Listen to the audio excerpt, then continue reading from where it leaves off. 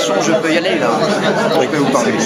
Oui, les francs-maçons sont bien évidemment toujours intéressés par l'évolution des structures de l'éducation nationale, de l'enseignement public, parce qu'on ne sait plus trop quel terme il faut employer, et leur détérioration progressive au fil de l'évolution de nos sociétés. On est inquiet de voir que l'école devient pratiquement un lieu de fabrication des exclusions.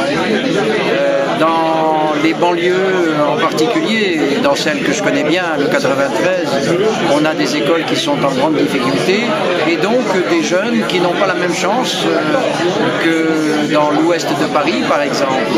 C'est-à-dire que la République ne remplit plus son rôle. Et les francs-maçons sont très attachés à étudier les conditions d'exercice de la citoyenneté et à donner aux jeunes à la fois le sentiment d'appartenance à une communauté nationale et en même temps un vrai réflexe citoyen, c'est-à-dire un réflexe qui pourrait leur faire prendre conscience de leur propre potentialité dans ce domaine-là, c'est-à-dire d'en faire réellement des acteurs de la vie.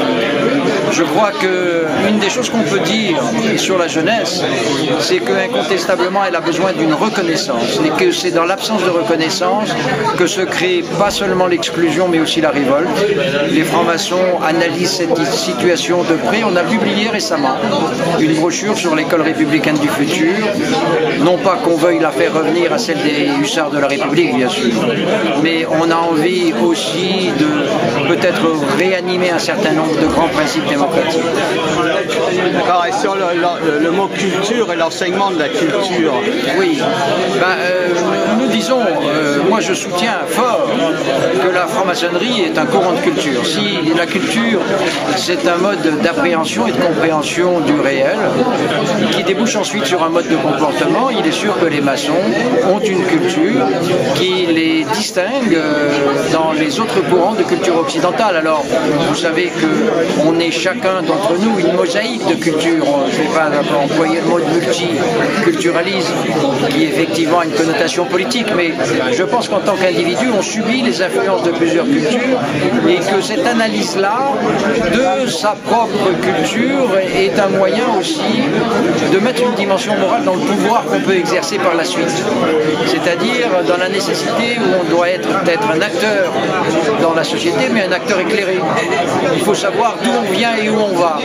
Et à ce titre-là, la culture maçonnique a des outils qui sont des outils de la maçonnerie, qui sont les rituels, qui sont la tradition maçonnique et qui sont aussi l'implantation de la maçonnerie dans le fait sociétal moderne.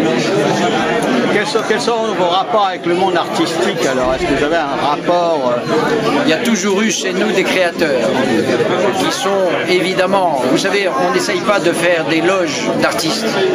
Pour nous, l'utopie de la loge, c'est de réunir des différences. Donc on a des artistes dans des loges, on a des écrivains, on a des photographes, on a des cinéastes, on a des peintres, voilà.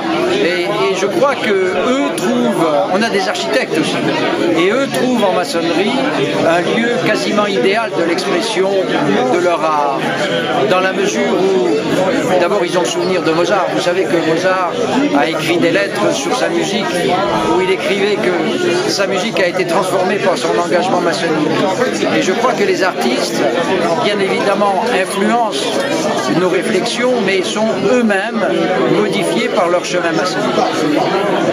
Alors qu'est-ce qu'un artiste peut partager au sein d'une loge? L'aspect créatif, la dimension poétique de la création, c'est-à-dire le fait qu'on sait qu'on a tous des existences courtes et que dans ces existences courtes, l'important pour nous, maçons, c'est de mettre du sens, c'est de mettre une signification. Et les artistes sont particulièrement doués parce qu'ils vivent de ça.